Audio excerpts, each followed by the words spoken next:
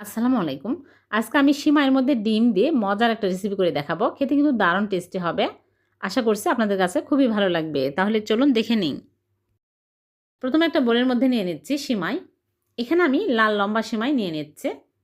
150 গ্রামের মতো নিয়ে নিচ্ছে। আপনারা আপনাদের পরিমাণ মতো নেবেন। লাচ্চা সিমাই দিয়েও কিন্তু এই পিঠাগুলো হবে।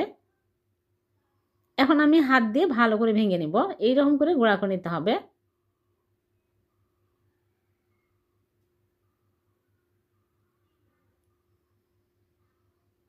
ভালো করে ভেঙে একদম গুঁড়া করে নিতে হবে।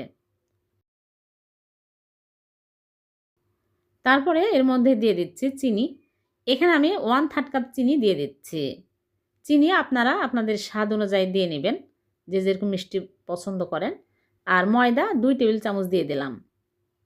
আর দিয়ে দিচ্ছি গুঁড়া দুধ 2 চামচ, তাহলে খেতে আরও বেশি টেস্টি হবে। আর এখানে নিয়েছি নারিকেলের গুঁড়া 2 চামচ, নারিকেল গুঁড়া দিলেও হবে। আর একটা বড় সাইজের ডিম ভেঙে দিচ্ছি।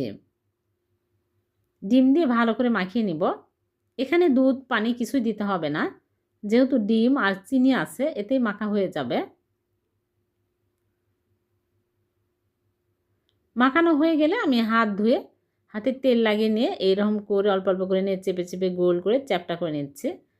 এইরকম করে শেপ দিয়ে নিচ্ছি। আপনারা চাইলে কৌটার ঢাকনা দিয়েও এই পিঠাগুলো বানিয়ে নিতে পারেন, তাহলে পিঠাগুলো এক সমান হবে, দেখতে ভালো লাগবে। এই পিঠাগুলো দেখতে সুন্দর হচ্ছে। সবগুলো পিঠাই আমি সমান করে বানিয়ে নিব। সবগুলো আমি বানিয়ে নিয়েছি, দেখুন কত সুন্দর হয়েছে। এখন এই পিঠাগুলো আমি তেলে ভেজে নেব। এজন্য আগে থেকেই চুলায় প্যানে তেল দিয়ে তেল হাই হিটে গরম করে নিয়েছি। এখন একটা একটা করে দিয়ে দিচ্ছি। দিয়ে চুলার আঁচ একদম লো আঁচে করে এই পিঠাগুলো উল্টে পাল্টে ভেজে নিতে হবে। বেশি হাই হিটে রেখে এই পিঠা ভাজবেন না, তাহলে চট করে উপরে পুড়ে যাবে আর ভিতরে কাঁচা থেকে যাবে। তখন দেখতেও ভালো লাগবে না, খেতেও ভালো লাগবে না। উল্টিয়ে পাল্টে এখন একটু সময় নিয়ে ভালো করে ভেজে নেব। এই পিঠাগুলো বেশি করে বানিয়ে এয়ারটাইট বক্সে রেখে দিবেন, অনেক দিন পর্যন্ত ভালো থাকবে, মুসমুসে থাকবে, খেতে অনেক টেস্টি হয়। মেহমান আসলে মেহমান বসিয়ে রেখে এই পিঠাগুলো ঝটপট বানিয়ে চায়ের সাথে আপ্যায়ন করা যাবে। আপনাদেরকে আমি সব সময় নতুন নতুন রেসিপি দেওয়ার চেষ্টা করি। এরকম সুন্দর কালার হলেই তুলে নিচ্ছে।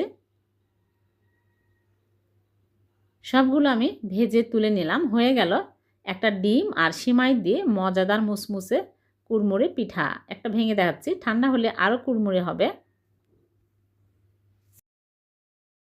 ভিডিওটি ভালো লাগলে লাইক কমেন্ট শেয়ার করে দেবেন। আবার দেখা হবে এরকম নতুন কোনো রেসিপিতে। আল্লাহ হাফেজ।